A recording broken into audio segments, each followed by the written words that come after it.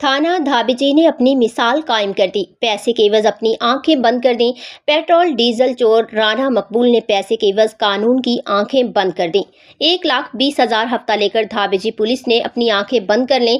Karachi steel town थाने की हदूद में FIR होने के बाद अब राना मकबूल ने धाबेची पुलिस स्टेशन की हदूद में अपने पांव जमाना शुरू कर दिए।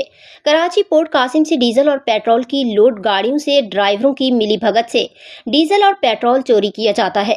वीडियो में वाज़े देखा जा सकता है कि प्लास्टिक के टैंकों में डीजल और पेट्रोल मौजूद है। राना मकबूल और उनके साथियों पर सैकड़ों FIR होने के बावजूद पुलिस उनको गिरफ्तार नहीं करती।